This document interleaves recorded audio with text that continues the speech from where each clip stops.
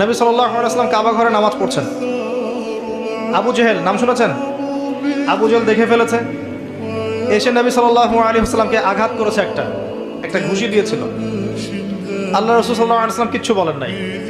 এই দৃশ্যটা দেখেছেন একজন দাসী, দেখে হামজা রাদিয়াল্লাহু আনহু স্বীকার করে ফিরছিলেন। তিনি কিন্তু তখন ইসলাম কবুল করেন নাই, নবীর চাচা, আপন চাচা। হামজা রাদিয়াল্লাহু আনহু আসছেন, তাকে বলছে ইয়া আবু আমারা, ইয়া আবা আমারা, হে হামজা, তার উপনাম ছিল এটা।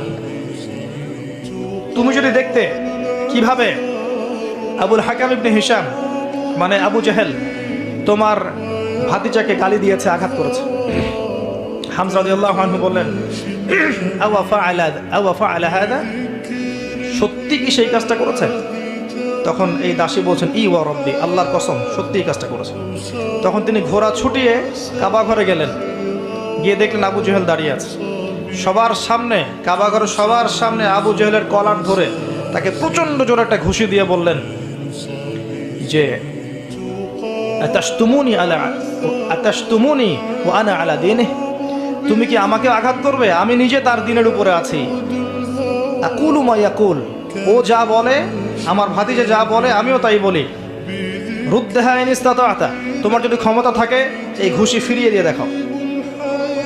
কে বলেন এই কথা? হামজা রাদিয়াল্লাহু আনহু। এবং ওখানে সাক্ষ্য দিচ্ছেন যে আনা আলা দীনিহি ওয়া শাহিদতু আল্লা ইলাহা ইল্লাল্লাহ ওয়া আন্না মুহাম্মাদুর রাসূলুল্লাহ। তোমার যা ইচ্ছা এখন করো। কারো বুকের কলিজা ছিল না, ওখানে হামজা রাদিয়াল্লাহু আনহুকে একটা আঘাত করে দেখায়। এবার তিনি চলে গেলেন দারুল আরকামে, যেখানে নবী সাল্লাল্লাহু আলাইহি ওয়াসাল্লাম তখন ছিলেন। সেখানে গিয়ে বলছেন ইয়া ইবনে আখি, হে আমার ভাতিজা, কুনতু আনসুরুকা লিল হামিয়া, আমি এর আগ পর্যন্ত তোমাকে আত্মীয়তার সম্পর্কের কারণে সাহায্য করেছি। আলান, আজকে থেকে আনসুরুকা লিল ইসলাম, আমি তোমাকে ইসলামের জন্য সাহায্য করব।